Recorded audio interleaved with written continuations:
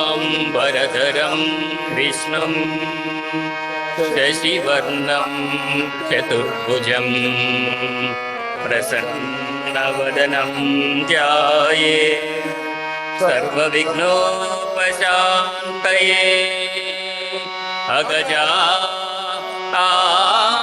अगजाननपद्मार्कं गजाननमहर्निशम्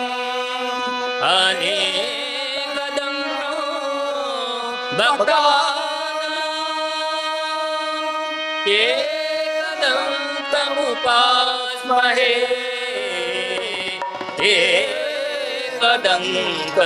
एकदन्तमुपास्महे गुरुर्ब्रह्मा गुरुर्विष्णु गुरुदेवो महेश्वरा गुरु साक्षात् परब्रह्मा तस्मै श्री गुरवे नमः।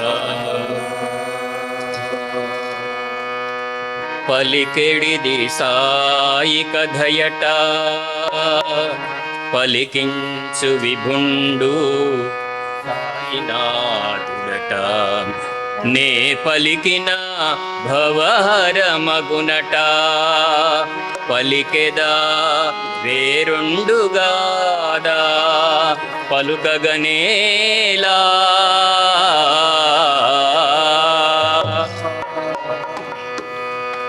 ఈరోజు ఎంతో శుభదినం. ఇంతమంది పెద్దల సమక్షంలో మనం మధురమైన సాయి జీవిత గాథను పాడుకుంటున్నాం కనుక పాడుకుంటానామా. సాయి కథగాన సుధా మధురం కాదా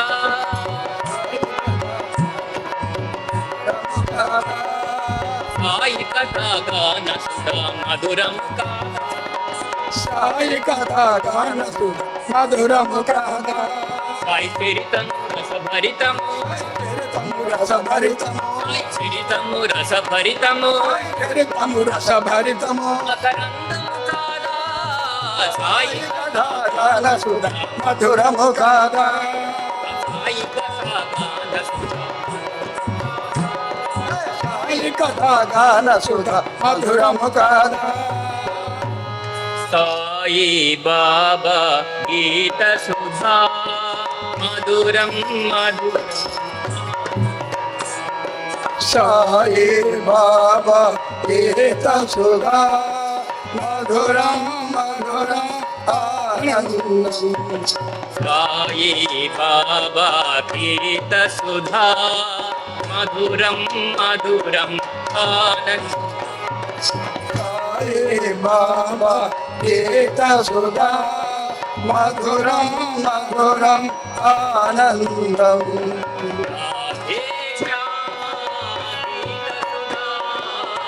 మధురం మధురం రాధే శ్యామ గీత సుధా మధురం మధురం ఆనందం రాధే శ్యామ గీత సుధా మధురం రాధే శ్యామ గీత సుధా మధురం మధురం ఆనందం సాయి బాబా గీత సుధా మధురం మధురం ఆనందం సాయి బాబా గీత సుధా మధురం మధురం ఆనందం మధురం మధురం సాయి కథా నవరసభరితం స్వామి కథా మధురం మధురం సాయి కథా నవరసభరితం స్వామి కథా మధురం మధురం సాయి కథా నవరసభరితం స్వామి కథా మధురం మధురం సాయి కథ నవరస భరితం స్వామి కథ సకల శుభములను సంపదలు సగే శుభముల సంపదను సగే సకల శుభములను సంపదలు సగే శుభముల సంపదను సగే సకల పాపముల హరించుగాదా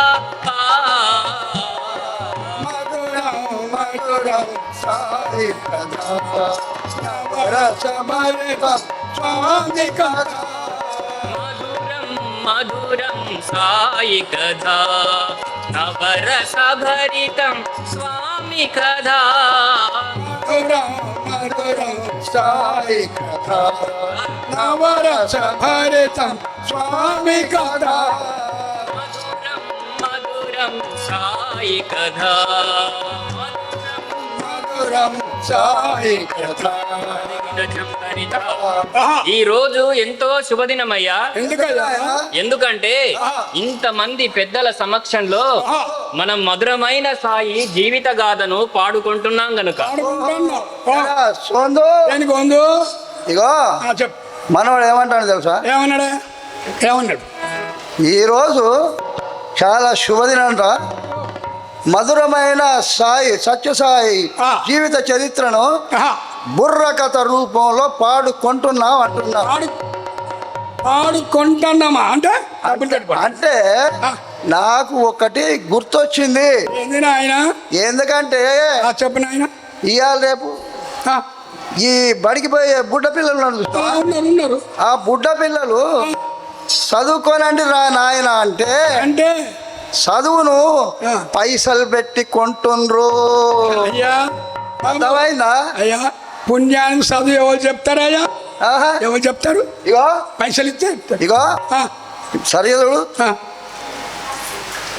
ఏంది తాగుతా తాగుతావా? తాగుతా తాగుతావా? తాగుతానయ్యా మంచి నీళ్ళు మంచినీళ్ళ అదే మంచినీళ్ళ నేను వేరే ఎందుకు కొనుక్కుంటావు? 20 రూపాయల బాటిల్ కొంటాను 20 రూపాయల బాటిల్ ఆ. లేకపోతే నువ్వేమన్నా కొహిలివి అనుకుంటున్నావా? ఆ. 6,000కి బాటిల్ తాగడానికి? ఆహో. సరే మొత్తానికి ఆ. మంచినీళ్ళు మాత్రం పైసలు పెట్టుకుంటుండ్రు. ఉంటానయ్యా పుణ్యానికి కూడా ఇస్తాడయ్యా అచ్చా ఆ. పోతే పోయింది కానీ చెప్పు నువ్వు ఎప్పుడన్నా హాస్పిటల్లో బెడ్ ఎక్కినావా? హాస్పిటల్ని ఎక్కలేను ఆయన ఏంది నేను బెడ్ ఎక్కలే బెడ్ ఎక్కలేదా? ఎక్కలే. అచ్చా ఆ. ఎక్కిన వాళ్ళు ఏం చేస్తుండ్రు తెలుసా? ఏం చెప్తానులే సిలిండర్లలో ఆక్సిజన్ పైసలు పెట్టి కొంటుండ్రు. అది అది గుండె దెబ్బ వచ్చింది అనుకో ఆ. డాక్టర్ ఎక్కియకపోతే ఆహా. ఏమవుతాడే ఏం తింటారు? బతకడానికి గాలి పీల్చుకుంటారు. బాగానే ఉన్నది కానీ పైసలు ఇస్తాను అట్లనే మన బుర్ర కథ కూడా ఏమన్నా గారు చెప్తారు ఆ, గురువు గారు చెప్తారు బుర్ర కథ ఆ, విందాం. స్వామిది ఫ్రీగా చెప్తాను విందాం ఆయన సరేనాయన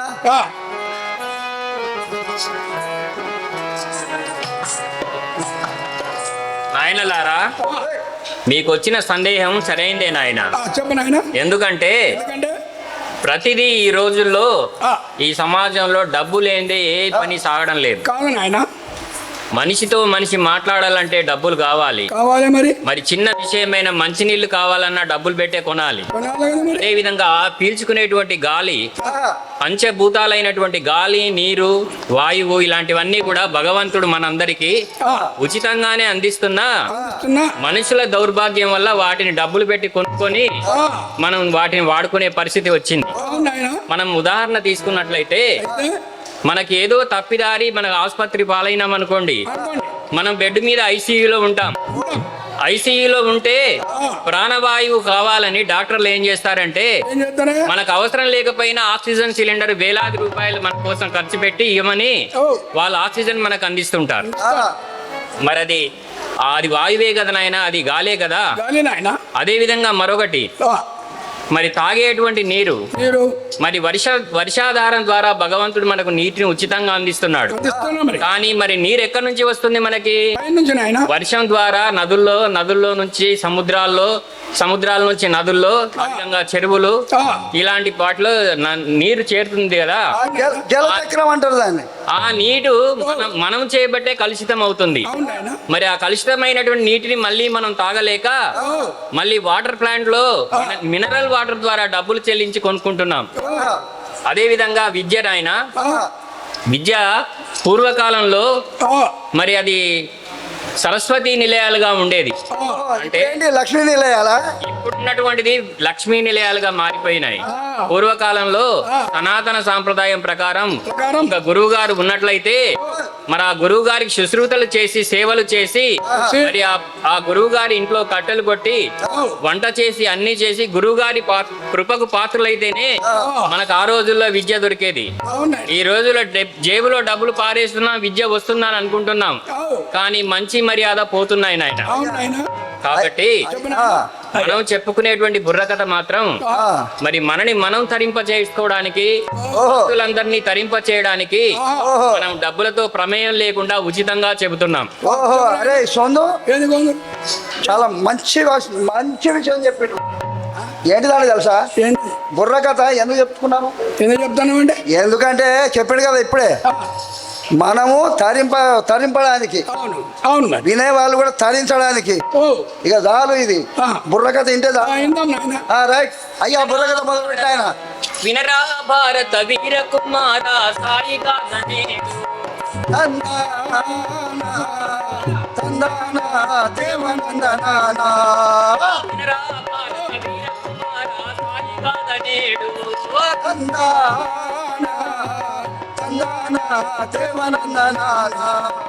ఆంధ్రదేశమున అనంతపురమున అలరునొక్క పల్లె,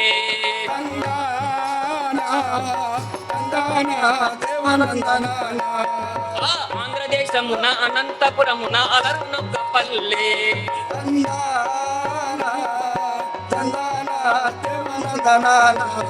ఆ చిత్రావతి నది తీరమునందున చెలువు మీరగాను,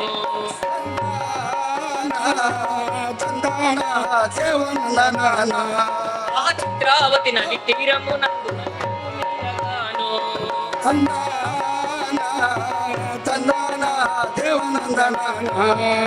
పుట్టపర్తియను పల్లెటూరిలో పుట్టినాడు బాబా,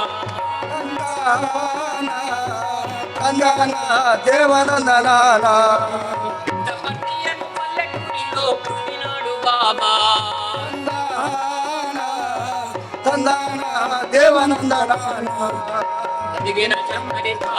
ఖ్యాతిగన్న రత్నాకర వంశము రత్నాకరమయ్యే, ఖ్యాతిగన్న రత్నాకర వంశము రత్నాకరమయ్యే, పుణ్య దంపతులు ఈశ్వరామ్మ వెంకప్పలు తరింప, పుణ్య దంపతులు ఈశ్వరామ్మ వెంకప్పలు తరింప,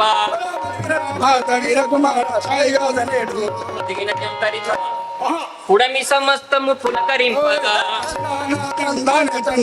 పుడమి సమస్తము పులకరింపగా, వెలుగు తల్లి పూజలు ఫలింపగా, పుడమి సమస్తము పులకరింపగా, వెలుగు తల్లి పూజలు ఫలింపగా, పుట్టినాడయా పుణ్యమూర్తి మన పుట్టపర్తిలోన,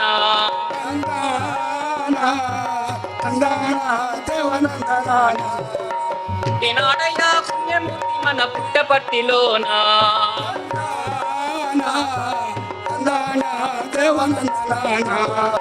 ఆర్త జనామనుడవతరించెను కార్తీక మాసమున,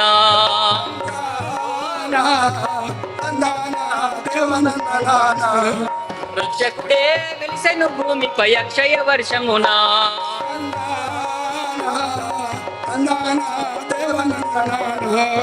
తదిగిన చెంతరిత చూడు ఏందిరా గొంతు ఇట్లా ఏంది ఏమన్నాడు నాయగా పుట్టినని ఎవరు ఎవరు పుట్టినని చెప్పిండు కదా, ఎవరు పుట్టినరా? పుట్టపర్తిలో ఎవరు పుట్టిన అన్నాడు కదా.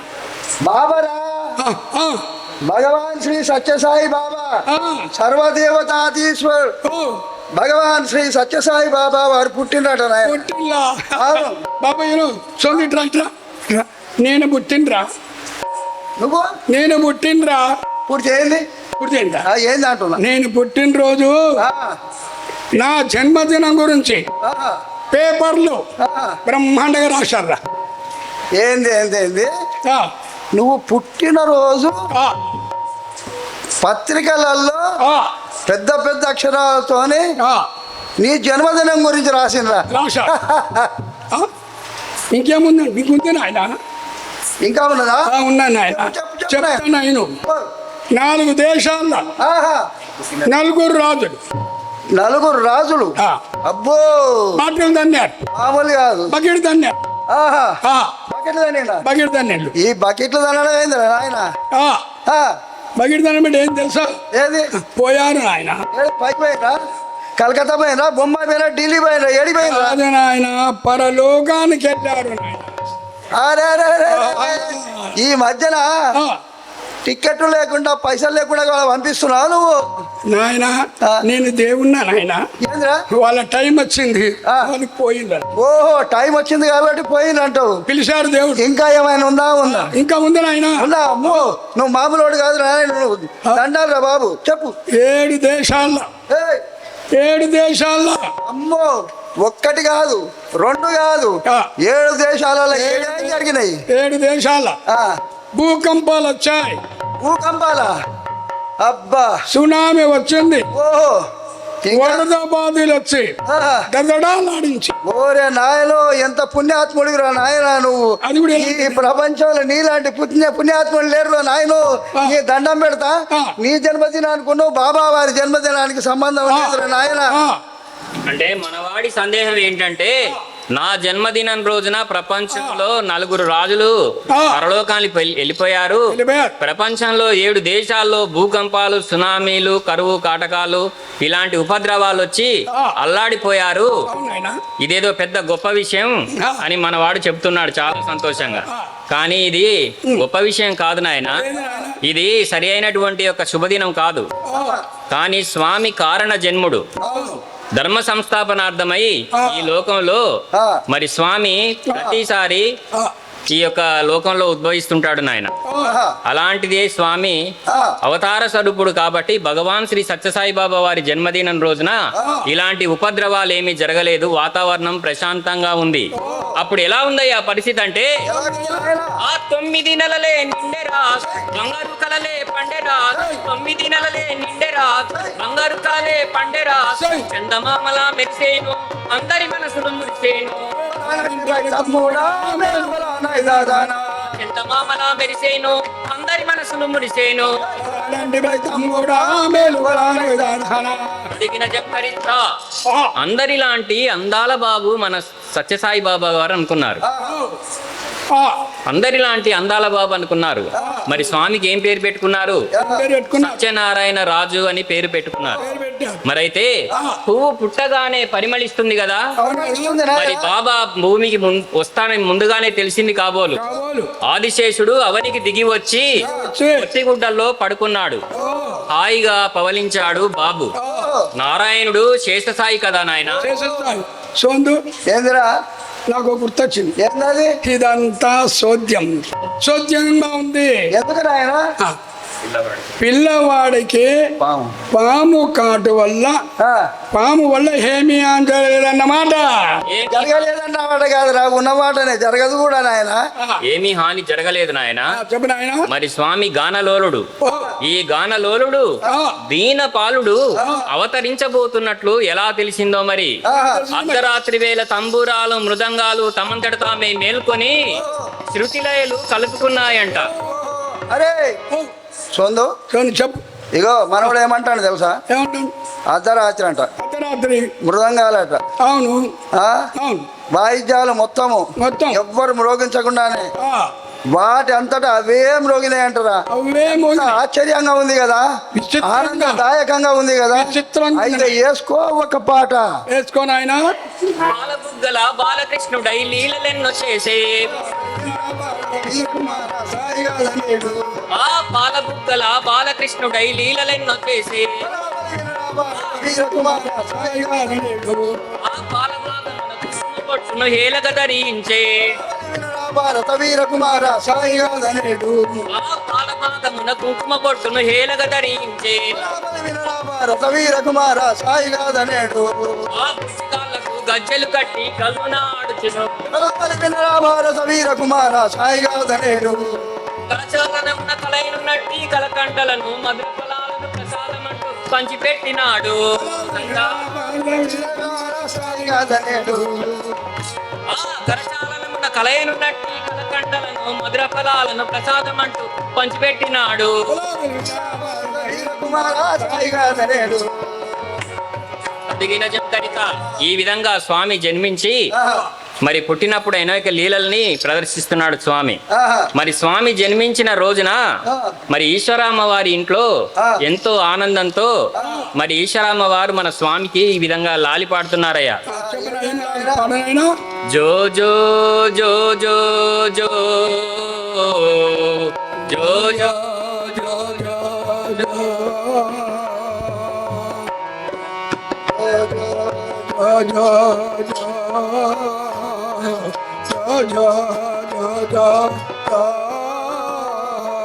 వటపత్ర సాయికి వరహాల లాలి వటపత్ర సాయికి వరధాల లాలి రాజీవనేత్రుడికి రతనాల లాలి జీవనేత్రునికి రతనాల లాలి శ్రీపాల కృష్ణుడికి శ్రీపాల కృష్ణుడికి ముత్యాల లాలి జగమేలు స్వామికి పగడాల లాలి వటపత్ర సాయికి వరహాల లాలి రాజీవనేత్రుడికి లాలి లాలి లాలి లాలి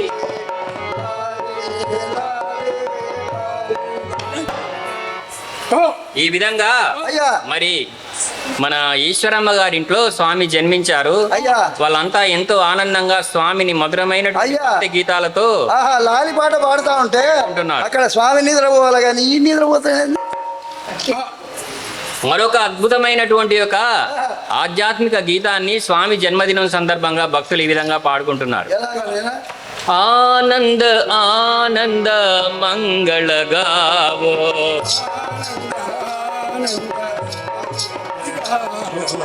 ఆనంద ఆనంద మంగళ గావో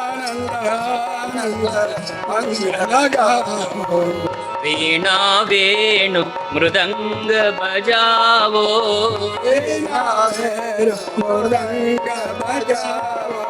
ఆనంద ఆనంద మంగళ గావో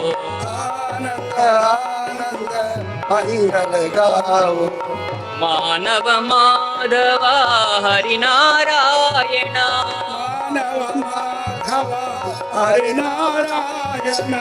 మానవ మాధవ హరినారాయణ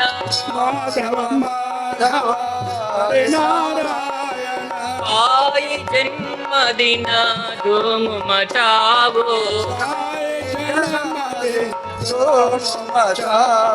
సాయి జన్మదిన ధూము మచావో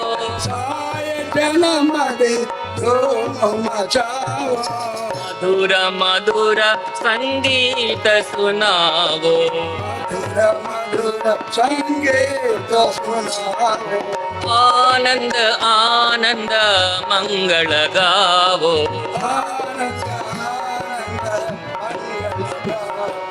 దిగిన చందరిత.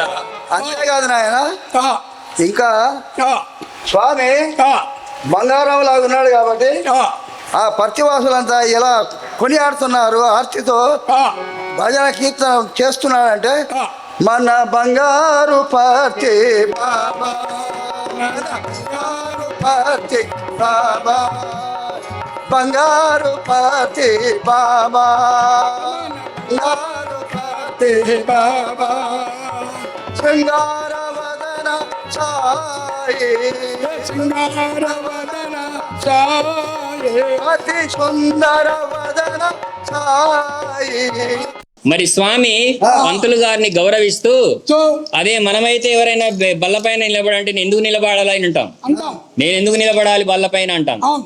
మరి స్వామి భగవంతుడైనా కూడా పంతులు గారిని గౌరవించి పంతులు గారు నిలబడమంటే నిలబడి అలా నించున్నాడు. కానీ భగవంతుడు కదా స్వామి, ఒక చిన్న మహిమను ప్రదర్శించాడు స్వామి. ఏంటంటే స్వామి పంతులు గారు కుర్చీలో కూర్చున్నారు కదా, ఏమయ్యా పంతులు గారు, ఏదో నీ యొక్క మరి అధికారాన్ని చెలాయిస్తూ నన్ను నిలబడమన్నావు బెంచ్ మీద, నువ్వు ఎలా నిలబడతావో చూస్తాం అనుకొని ఆ యొక్క కుర్చీ పంతులు గారిని అంటుకునేలాగా మహిమను ప్రదర్శించాడు. అప్పుడు ఆ పంతులు గారి పరిస్థితి ఎలా ఉందయ్యా అంటే, కుర్చీలో కూర్చున్నాను, ఆ గురువునే కనుగొన్నాను, ఆ కుర్చీలో కూర్చున్నాను, ఆ గురువునే కనుగొన్నాను, నవ్వు ఆగదరన్న నందా నా మాట వినదన్న, నవ్వు ఆగదరన్న నందా నా మాట వినదన్న నందానా.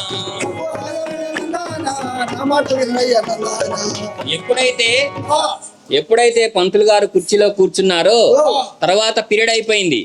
పీరియడ్ అయిపోయిన తర్వాత పంతులు గారు పక్క తరగతిలోకి వెళ్ళాలి కదా, మరి వెంటనే లేచి నిలబడాలని చూశాడు. కానీ కుర్చీ పంతులు గారిని అంటుకుంది.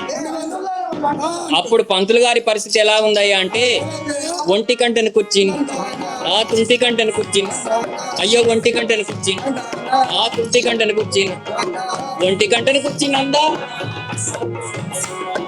ఒంటి కంటను కూర్చుని నందానా, తంటాలు పెట్టింది నందానా.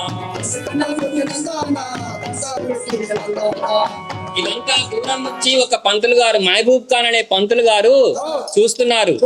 ఇదేంటి ఎంత అపచారం జరిగిపోయింది, మన స్వామిని సాక్షాత్ భగవంతుడైన భగవాన్ శ్రీ సత్యసాయి బాబా వారిని ఈ పంతులు గారు గుర్తించలేక మరి బెంచి పైన నిలబెట్టారు, ఇలా నిలబెట్టకూడదు కదా అంటూ మహబూబ్ ఖాన్ అనే పంతులు గారు ఏమంటున్నారా అంటే, పాఠం చెప్పగా రాని నీకు గుణ పాఠం నేర్పాడు,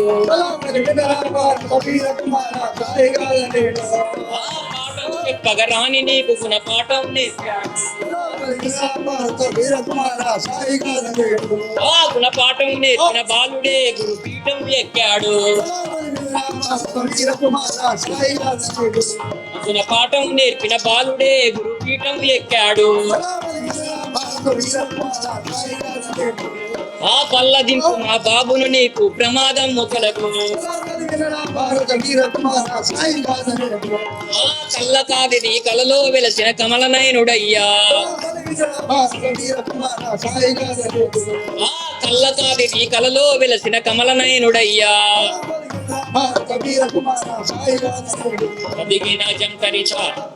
ఈ విధంగా మరి స్వామిని బెంచి దింపగానే కుర్చీ పంతులు గారిని వదిలింది.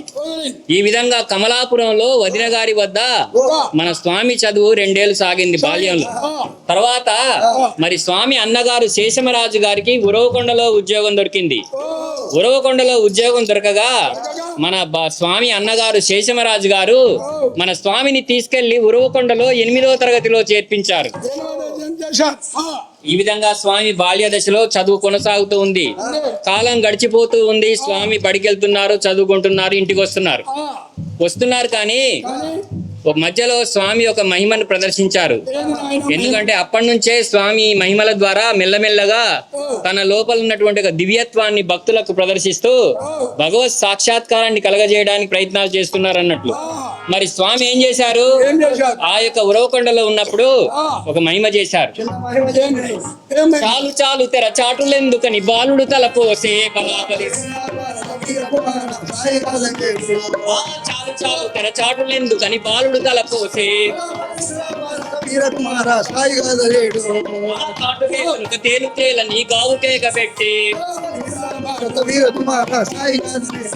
ఆ కాటు చేసిన ఒక తేలు తేలని గావు కేక పెట్టి, ఆ ఏడవెత్తిన పుట్టిన తేలు జాడ కానరాదు, ఆ ఏడవెత్తిన పుట్టిన తేలు జాడ కానరాదు, నట్లే ఆరే అంతా చోజముగా గడిచే,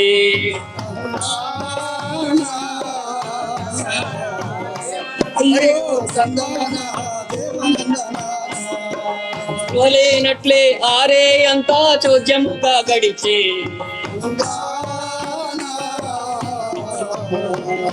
అయ్యో తందాన దేవనందన అదిగిన జంతరిత అందరూ కూడా మరి స్వామిని అంటే బాలసాయికి మతి చెలించింది అనుకున్నారు. మరి మతి చెల్లించింది అనుకొని ఊరుకోలేదు నాయన. స్వామిని మతి చెల్లించింది అనుకొని అన్న శేషమరాజు గారు మరి ఒక భూత వైద్యుడి దగ్గరికి తీసుకెళ్లారు. మరి పాతకాలంలో అంటే స్వామి జన్మించినటువంటి కాలం 1926 సంవత్సరం. అలాంటి రోజుల్లో మరి పరిస్థితులు ఎలా ఉండేయంటే గ్రామాల్లో పిల్లలకు గాని పెద్దలకు గాని గాలి ధూళి సోకిందనుకొని మరి ఆ రోజుల్లో ఎంబీబీఎస్ డాక్టర్లు పల్లెటూర్లలో ఉండేవారు కాదు. కాబట్టి వారికి ఆ వైద్యం కావాలి అని అంటే భూత వైద్యుడే దిక్కు. మరి ఆ భూత వైద్యుడి దగ్గరికి మన స్వామిని కూడా తీసుకెళ్లారు. ఆ భూత వైద్యుడు ఏం చేస్తాడయ్యా మన స్వామిని అంటే, అరే బెత్తమునేచే పట్టెరా బిత్తమునేరా పట్టెరా బెత్తమునేచే పట్టెరా మంత్రములెన్నో చేసేరా మంత్రములెన్నో చదివేరా మంత్రములెన్నో చేసేరా మంత్రములెన్నో చదివేరా దెబ్బకు దయ్యము లొంగును కాని దైవమేల లొంగు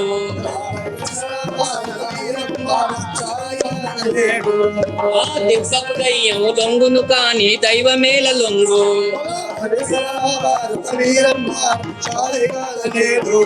ఆ దెబ్బలన్నిటికీ ఉలకక పలకక దేహం అప్పగించే కలువల బోలిన కన్నులలో నా కలికం వేశాడు తందా అయ్యో తందాన దేవనందన ఆ కఠినాత్ముడైనటువంటి భూత వైద్యుడు స్వామిని ఎలాంటి చిత్రహింసలకు గురి చేస్తున్నాడయ్యా అంటే, ఏదో బెత్తం తీసుకొని కొరడాలతో స్వామిని కొట్టగానే మరి గాలి వదిలింది అనుకొని తనకు మంచి గుర్తింపు వస్తుంది అనుకున్నాడు. కానీ ఎవరు అయితే మరి ఆ యొక్క భూత వైద్యుడి గుర్తింపు వచ్చేదే. అక్కడ ఉన్నది ఎవరు? సాక్షాత్ భగవంతుడు కదా. మరి భగవంతుడు కాబట్టి ఆ భూత వైద్యుడి మహిమలు స్వామి మీద పనిచేయలేదు. పని చేయకపోతే ఆ కఠినాత్ముడైన భూత వైద్యుడు ఇంకా స్వామిని చిత్రహింసలకు గురి చేస్తున్నాడు. కలువల బోలిన కన్నులలో నా కలికం వేశాడు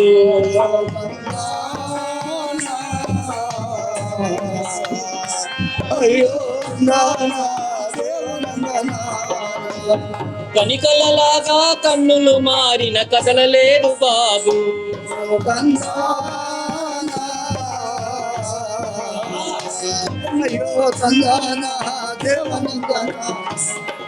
చిత్రహింసలు ఎన్నెన్ని చేసిన చిన్ని మోమునందు చెదరలేదు చిరునవ్వుల చిన్మయ రూపమున అదిగిన జంతరిత అప్పుడేం జరిగిందయ్యా? ఎందుకయ్యా ఇన్ని చిత్రహింసలు పెట్టారు ఆ బాబాను? ఎందుకు ఇన్ని బాధలు పెట్టారు అయ్యా బాబాను? కరకు రాతి గుండె కూడా కరిగిపోతుంది. ఎందుకు ఇన్ని బాధలు పెట్టారయ్యా? పెట్టారయ్యా బాబును, చిన్న బాబును. తన సహన శక్తిని నిరూపించుకుంటూ ఎన్నెన్నో బాధలకు గురయ్యాడు మన బాబు. ఒకనాడు స్పష్టంగా ప్రకటించాడు. 1926 సంవత్సరం మరి మే నెల 13వ తేదీ. బాగా గుర్తు పెట్టుకోండి. ఎవరనుకున్నారు నన్ను? భరద్వాజ గోత్రం, ఆపస్తంభ సూత్రం, సాయి బాబాను నేను అన్నాడు. బాలుడననుచు భ్రమపడకండి, ఆ బాబా మహిమను తెలిసి కొనండి. ఆ బాలుడననుచు భ్రమపడకండి, ఆ బాబా మహిమను తెలిసి కొనండి. అవరోగములను పారద్రోలగా, ఆ భక్తుల బాధలు పరిహరింపగా, అవరోగములను పారద్రోలగా, ఆ భక్తుల బాధలు పరిహరింపగా, పరమాత్ముడైన వెలిసేరా పరమాత్ముడైన ఇస్తూ మరి భజన కీర్తనలు కూడా భక్తులకు నేర్పిస్తున్నాడయ్యా. ఓహో. అరే ఏంది సొందు అరే గొంతుగా ఏంది సొందు కదా చెప్పు ఏంది ఇప్పుడు మనవాడు ఏం చెప్పిండు చెప్పు. ఏం చెప్పిండు ఏం వింటానో నువ్వు ఏడున్నావు. పాటలు చెప్పిండు పాటలు అట్లా కాదు, బాబా వారు భక్త బృందానికి వాళ్ళ దోస్తులు ఉన్నారు కదా, ఉంటారు వాళ్ళందరికి పిలిచి భజనలు నేర్పించిండంట. భజనలు నేర్పించిండు. అది వింటే నాకు కూడా ఒకటి గుర్తుకొచ్చింది. ఏంది ఆయన నీకు గుర్తొచ్చింది? ఏందనుకుంటున్నావు? ఏంది? నేను కూడా భజనలు నేర్పించిన. నువ్వు భజన నేర్పించినావా? అవునవును, నేను భజనలు నేర్పించరా. నువ్వు భజన పాట పాడితే ఇక ఏం లేదు. ఏందది? డబ్బాలో రాలేసి ఊపితే లడలడా లడలడా లడ. అరే సప్త స్వరాలు రా. లడలడా లడ సౌండ్ ఎట్లా వస్తాదో అలా నీ గొంతులో ఉన్న నువ్వు భజన నేర్పించినవా? ఆహా. ఏం భజన నేర్పించినవా? అవునురా, భజన నేర్పించరా. చెప్తాడు ఆయన స్వామి యొక్క గొంతు చాలా మాధుర్యంగా ఉంటుంది. మరి నువ్వు డబ్బాలో రాళ్ళేసి ఊపితే లడలడా లడలడ సౌండ్ మీ గొంతులలో వస్తుందేమో గానీ స్వామి గొంతులో అలాంటి లడలడా సౌండ్ రాదు నాయన. స్వామి గొంతులో స్వామి గొంతు ఎలా ఉంటుంది? కోటి కోయిలలు ఒకేసారి కూస్తే ఎంత మాధుర్యం గనక వస్తుందో స్వామి యొక్క కంఠస్వరంలో అలాంటి మాధుర్యం వస్తుంది గాని మీలాగా డబ్బాలో రాళ్ళేసి ఊపితే వచ్చే సౌండ్ రాదు నాయన. మరి స్వామి మొట్టమొదట మరి భక్తులను ఉద్దేశించి ఒక అద్భుతమైనటువంటి యొక్క భజన గీతాన్ని నేర్పిస్తున్నారు. మొట్టమొదటి భజన పాట స్వామి నేర్పించింది ఏందంటావు? చెప్తాడు ఇನ್ನು నాయన. మరి ఎంతో భక్తి పూర్వకంగా మరి భక్తులు నేర్చుకుంటున్నారు. స్వామి నేర్పించిన మొట్టమొదటి భజన కీర్తన సంకీర్తన. మానస భజరే గురు చరణం దోస్తర భవ సాగర గురు చరణం దోస్తర భవ సాగర తరణం. మానస భజరే గురు చరణం దోస్తర భవ సాగర. మానస భజరే గురు చరణం దోస్తర భవ సాగర తరణం. గురు మహారాజ్ గురు జై జై సాయినాథ సద్గురు జై జై. గురు మహారాజ్ గురు జై జై సాయినాథ సద్గురు జై జై. గురు మహారాజ్ గురు జై జై సాయినాథ సద్గురు జై జై. గురు మహారాజ్ గురు జై జై సాయినాథ సద్గురు జై జై. ఓం నమ శివాయ ఓం నమ శివాయ ఓం నమ శివాయ శివాయ నమః. ఓం నమ శివాయ ఓం నమ శివాయ ఓం నమ శివాయ శివాయ నమః. అరుణాచల శివ అరుణాచల శివ అరుణాచల శివ అరుణ శివ. అరుణాచల శివ అరుణాచల అరుణాచల శివ అరుణ శివ. ఓంకారం బబ ఓంకారం బబ ఓంకారం బబ ఓం నమో బాబా. ఓంకారం భవ ఓంకారం భవ ఓంకారం భవ ఓం నమో బాబా. మానస భజరే గురు చరణం దోస్తర భవ సాగర తరణం. ఉరవకొండలో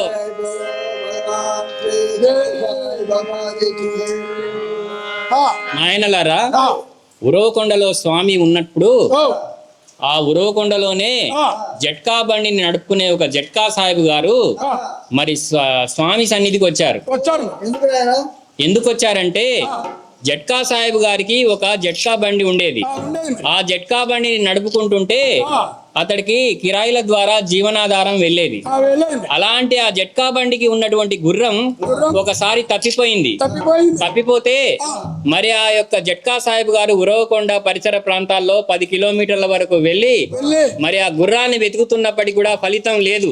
లేదు మరి. అయితే అక్కడ ఉరవకొండలోని గ్రామస్తులు ఆ. ఈ జట్కా సాహెబ్ చెబుతున్నారు ఏమనంటే, ఏమయ్యా నువ్వు బాలసాయి బాబా ఉరవకొండలే ఉన్నారు, ఓ. ఆయన దగ్గరికి వెళ్ళావా, నీ సమస్య చెప్పుకున్నావా, నీ యొక్క సమస్యని చిటికెలో మాయం చేస్తాడు స్వామి, ఆయన దగ్గరికి వెళ్ళి చెప్పుకోవయ్యా అన్నాడు.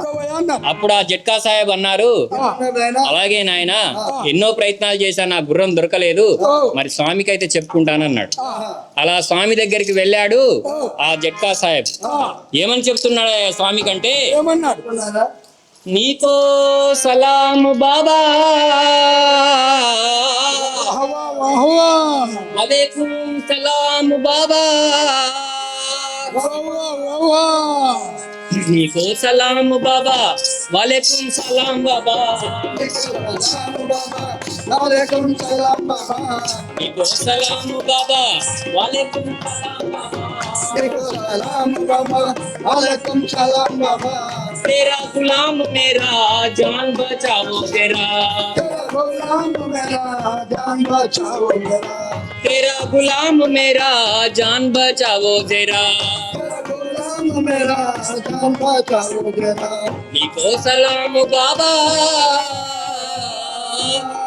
సాయిబు గోడు వినగానే సత్యం జాలికొని స్వామి మరి ఆ సాయిబు గారితో ఇలా అంటున్నాడు, ఎలా ఉన్నాడు? మామిడి తోటలో ఉన్నది గుర్రం పోయి చూడు, మామిడి తోటలో ఉన్నది గుర్రం పోయి చూడు నా దొరకు నిజం. మామిడి తోటలో ఉన్నది గుర్రం పోయి చూడు మా దొరకు నిజం, మామిడి తోటలో ఉన్నది గుర్రం పోయి చూడు నా దొరకు నిజం. సాయిబు పోయి చూడగా దొరికెను గుర్రం మామిడి తోటలో మేయిచును, పోయి చూడగా దొరికిన గుర్రం మామిడి తోటలో మేయుచున్నా. సంతసమాయను సాయిబుకు కీర్తి పొంగెను బాబాకు, సంతసమాయను సాయిబుకు కీర్తి పొంగెను బాబాకు.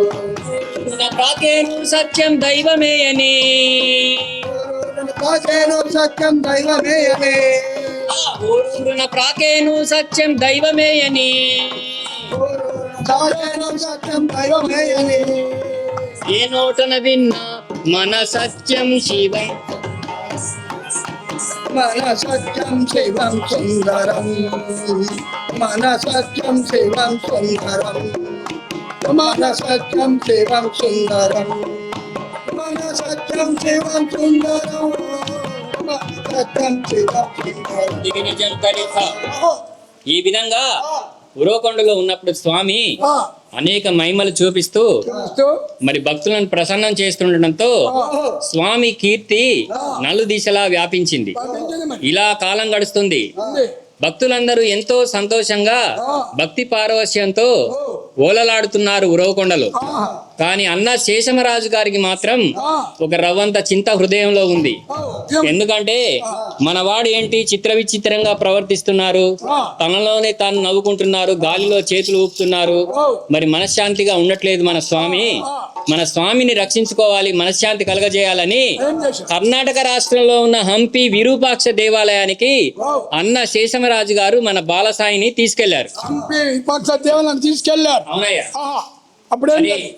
హంపి విరూపాక్ష దేవాలయానికి మన బాలసాయితో పాటు ఎవరెవరు వెళ్ళారయ్యా అంటే, మరి అన్న శేషమరాజు గారు, వదినమ్మ గారు, మరి సత్యసాయి బాబా వారి కుటుంబ సభ్యులు, మరి ఉరవకొండ పుట్టపర్తిలో ఉన్నటువంటి స్వామి భక్తులు, స్వామి బాల్య స్నేహితులు అందరూ కూడా ఎక్కడికి వెళ్ళారు? ఎక్కడికి వెళ్ళారు? హంపి విరూపాక్ష దేవాలయంలోకి వెళ్ళారు. కానీ స్వామి మాత్రం ఆలయంలోకి వెళ్ళలేదు. ఆలయం వెలుపల ఒక మండపం ఉంటే, ఆ మండపం దగ్గర ఒక స్తంభం ఉంటే, ఆ స్తంభానికి ఆనుకొని ఆకాశం వంక చూస్తున్నారు. అప్పుడు ఏం జరిగింది అనుకున్నావు? ఏం జరిగింది? తమ కన్నులనే నమ్మజాలక తడబడిపోయారు, తమ కన్నులనే నమ్మజాలక తడబడిపోయారు, మూలవిరాటు స్థానములో నా బాలుడు కనిపించే,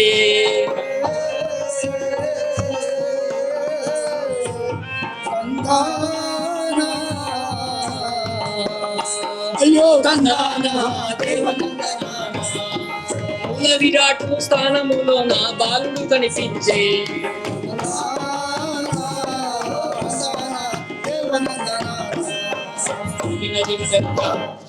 మరి ఆ యొక్క మరి హంపి విరూపాక్ష దేవాలయంలో ఇలాగే గుడి ఉంటే అందులో అయ్యగారు అర్చకుడు మరి విరూపాక్షుడికి అర్చన చేస్తూ నైవేద్యం సమర్పించుకొని హారతి ఇస్తున్నాడు.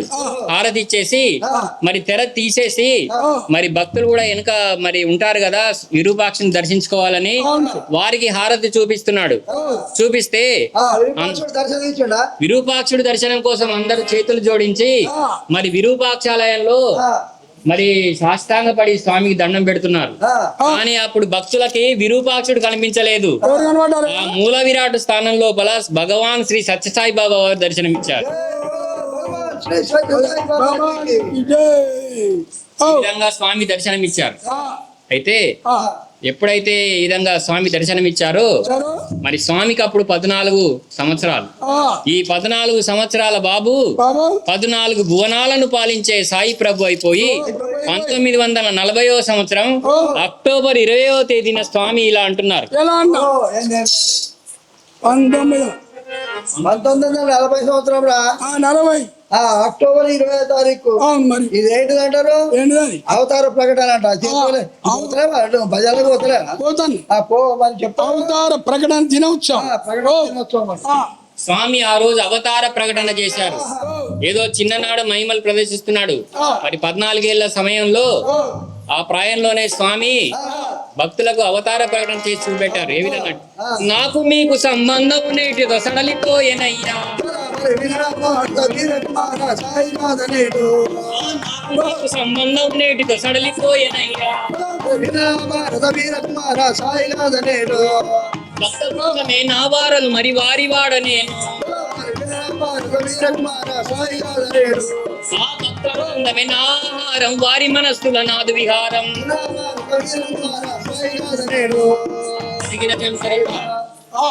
ఈ విధంగా స్వామి అవతార ప్రకటన చేశారు. ఆ తర్వాత ఏమైందయ్యా? కోటి అయితే స్వామి అవతార ప్రకటన చేశారు కదా, స్వామి గొంతు ఎంత మాధుర్యంగా ఉంటుందయ్యా. మరి మన వాడు అంటున్నారు ఇంతకుముందు మీరు చెప్పినట్లుగా స్వామి యొక్క గొంతు చాలా మాధుర్యంగా ఉంటుంది.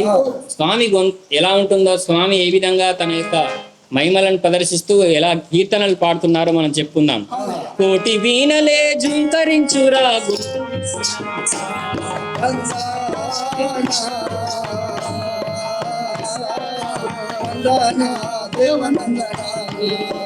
కోటి కోయిల పూరవమ్ములు కొసరి కోయునండి,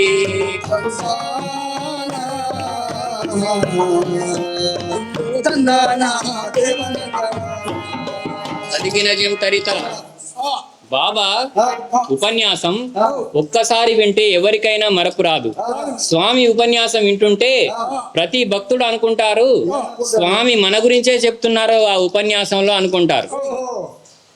అయ్యా అంత బాగానే ఉంది కానీ చెప్పిన ఆయన బాబా వారు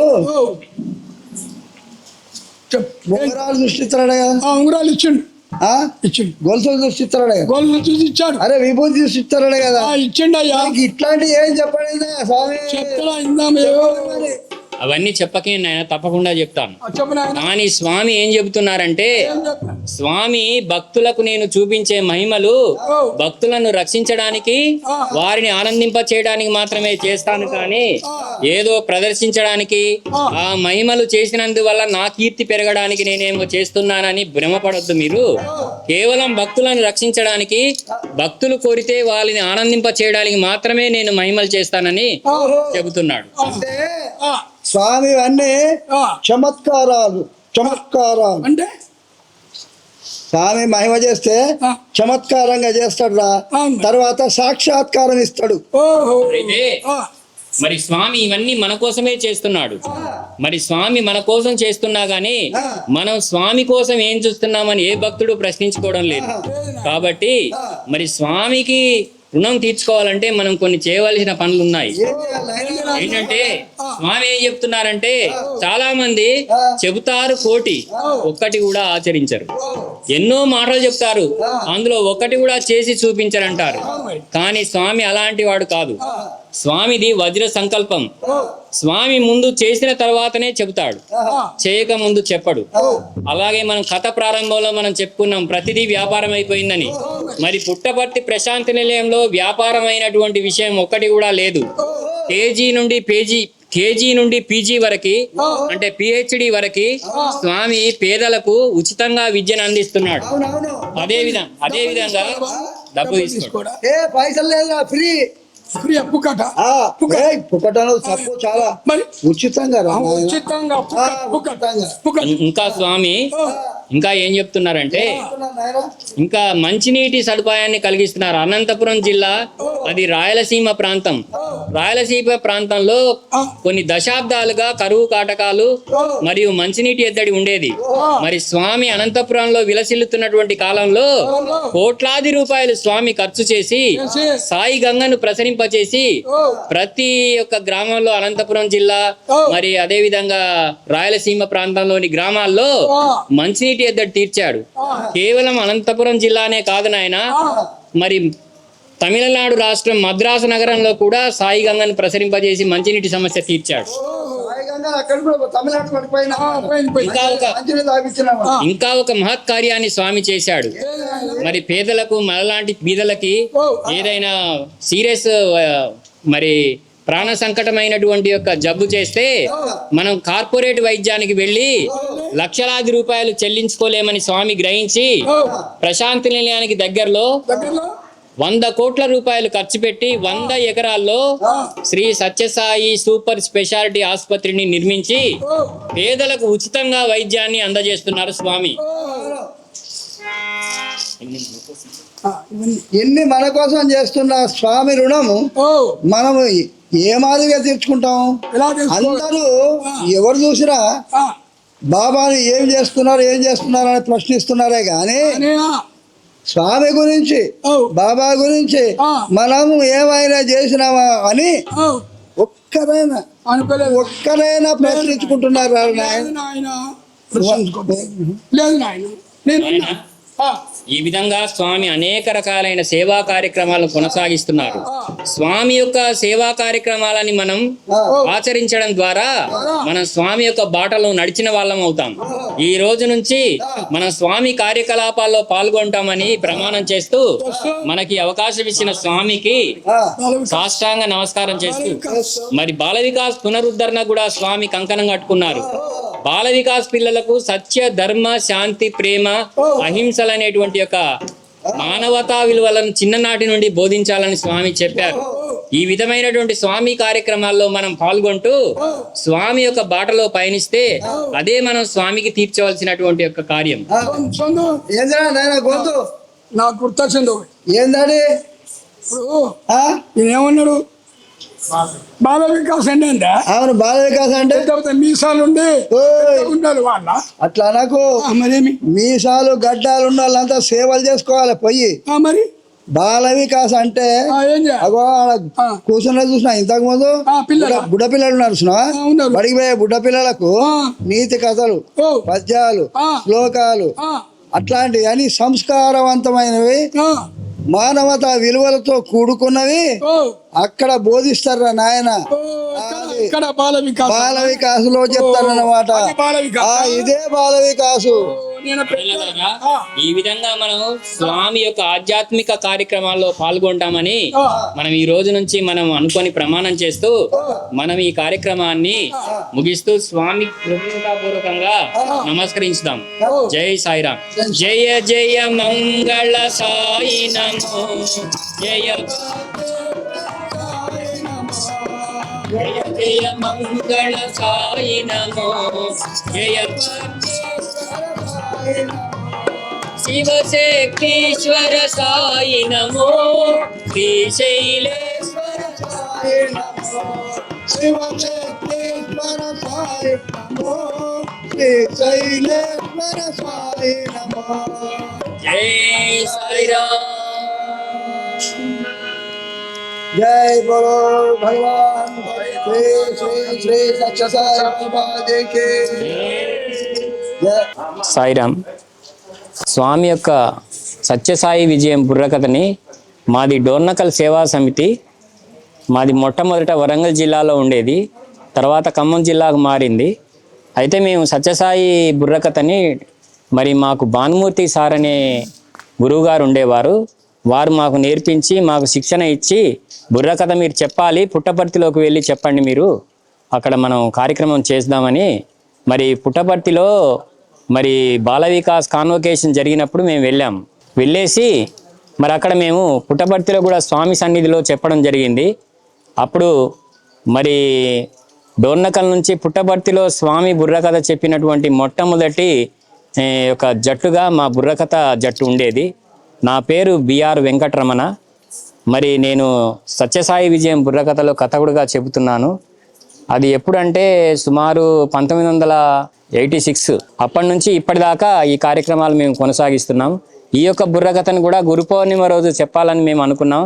దానికి తగ్గట్టుగా మేము గత 2 నెలలుగా ప్రాక్టీస్ చేస్తున్నాం. ప్రాక్టీస్ చేస్తూ ఈ కార్యక్రమాన్ని ఈ విధంగా కొనసాగించాం. భక్తులందరూ దీనికి సహకరించినందుకు మరి హరగోపాల్ గారు, మరి ఇక్కడ ఉన్న కొత్తగూడెం సమితి వారందరికీ మా యొక్క ధన్యవాదాలు తెలియజేస్తున్నాం. సాయిరామ్. ఓం శ్రీ సాయిరామ్. భగవాన్ శ్రీ సత్యసాయి బాబా వారి శ్రీచరణాల విందాలకు నమస్కరిస్తూ, తల్లి తండ్రి దైవము సర్వస్వము స్వామిగా భావించే మాకు స్వామి వారి పాద సన్నిధి మాకు ఇవ్వడము, వారి ఒడిలో మాము పెంచుకోవడము, అది మా అదృష్టంగా భావిస్తున్నాము. ఈ బుర్రకథను ప్రదర్శించిన తీరు ఏవి కూడా ఒక్కరు శాస్త్రీయంగా నేర్చుకున్నది కాదు. ఇది కేవలం భగవద్దత్తమైనది, భగవాన్ శ్రీ సత్యసాయి బాబా వారి ఆశీర్వాదంతో వచ్చింది మాత్రమే. ఇది నిక్కచ్చిగా చెప్పగలము. మాది డోర్నకల్ శ్రీ సత్యసాయి సేవా సమితి వరంగల్ జిల్లాలో ఉండేది, ప్రస్తుతము మహబూబాబాద్ జిల్లాకి మారింది. ఇది కేవలము అప్పుడు చిన్నపిల్లలు అంటే బాల వికాస్ పిల్లల గురించి తయారు చేయబడిన బుర్రకథ. ఆ బుర్రకథను గతంలో 1986వ సంవత్సరంలో ప్రదర్శించడం జరిగింది. స్వామివారి సమక్షంలో స్వామివారి ఆశీస్సులు కూడా పొందినటువంటి బుర్రకథ. తరువాత బాల వికాస్ ప్రదర్శనలో సంస్థలలో ప్రదర్శించాము. కానీ ఆ పాతబడిన వాటిని, ఆ వజ్రాలను బయటికి తీసిన ఘనత హరగోపాలన్న, శ్రీ భద్రయ్య గారు అగ్రహారం, వాళ్ళ తపన ఎంతటి వెలికి తీసిందంటే, వజ్రాలను వెలికి తీసిందంటే దాదాపు 30 సంవత్సరాల మూలకు పడి ఉన్నదాన్ని పాతి పెట్టి ఉన్నపడదాన్ని బయటికి తీసిండ్రు. అలా బయటికి తీసి ఇప్పుడు ప్రదర్శించినము. స్వామి యొక్క అపారమైన కృపా కటాక్షములతో ఇవ్వబడింది. మాదేదో గొప్పతనం ఉన్నదని మరి మేము అనుకోము. ఇలాంటి సహకారం మాకు ఇచ్చినందుకు అందరికీ ప్రత్యేకంగా పేరు పేరున హృదయపూర్వక ధన్యవాదాలు. జై సాయిరామ్. ఓం శ్రీ సాయిరామ్. నా పేరు జయరాము. నేను కొత్తగూడెంలో 81లో భగవాన్ సత్యసాయి బాబా గురించి నాకేం తెలియనటువంటి సందర్భంలో నేను డోర్నకల్లో ర్యాలీ ఉద్యమం చూస్తున్నవాడిని. భజన్స్ భగవాన్ ఈ భజన్ భానుమూర్తి గారింట్లో జరుగుతుండేది. ఆ రోజు సాయంత్రం 7 గంటలకు భజన అంటే అసలు భగవాన్ ఈయనెవరు? షిరిడి సాయిబాబా అంటే కాదు, సత్యసాయి బాబా అని 81లో నాకు తెలిసింది ఈ బాబా గురించి.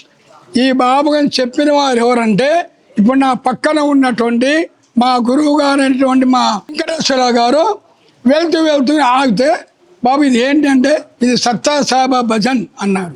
ఆ 81 నుండి స్టిల్ ఇప్పటి వరకు భగవాన్ సత్యసాయి సేవలో పుట్టపర్తిలో క్యాంటీన్లో 15 సంవత్సరాలు వంటలు చేశాను. 9 సార్లు రక్తదానం ఇచ్చాను. ఇప్పుడు 77 సంవత్సరాల నా వయసు. బీపీలు కానీ షుగర్లు కానీ ఇలాంటి ఆ భగవాన్ సత్యసాయి అనుగ్రహం వలన ఈరోజు నేను బ్రహ్మ నడుస్తున్నాను. ఇంకో విషయం ఏంటంటే అసలు ఈ బుర్రకథ అనేది పుట్టపర్తిలో 86 నేను ఆ సందర్భంలో నేను వంతు పక్కకు ఉండేవాడిని. నాకు లీవ్ ఇవ్వడం కారణంగా రాములంత నా ప్లేస్లో పోయారు. ఆ రోజు స్వామి చాలా మహానుభావులు వచ్చారు ఆ బుర్రకథలు వేస్తూ. కానీ వేలాది మంది వచ్చిన సమయంలో ఈ ముగ్గురికే స్వామి పాదనమస్కారం ఇచ్చారు. ఎందుకు కారణం అంటే స్వామి కూర్చున్నారు, కూర్చొని అందరం చూస్తున్నారు. ప్రదర్శన మంచి ప్రదర్శన ఉన్నాయి. కానీ ఈ కథకుడు స్వామి దగ్గర రావగానే పుట్టపర్తి అను గ్రామము నందు పుట్టినాడు బాబా తందానా అయ్యో తందానా దేవానందనానా అనే సమయంలో వెళ్ళిపోతుంటే మళ్ళా బ్యాక్ స్వామి పిలిచి ముగ్గురి పాదం ఇచ్చారు. అప్పటి నుండి ఈ బుర్రకథ వేయాలని మేము చాలా కుతూహలం చేస్తూ ఈ బుర్రకథను జీసస్ బుర్రకథగా చేశాం.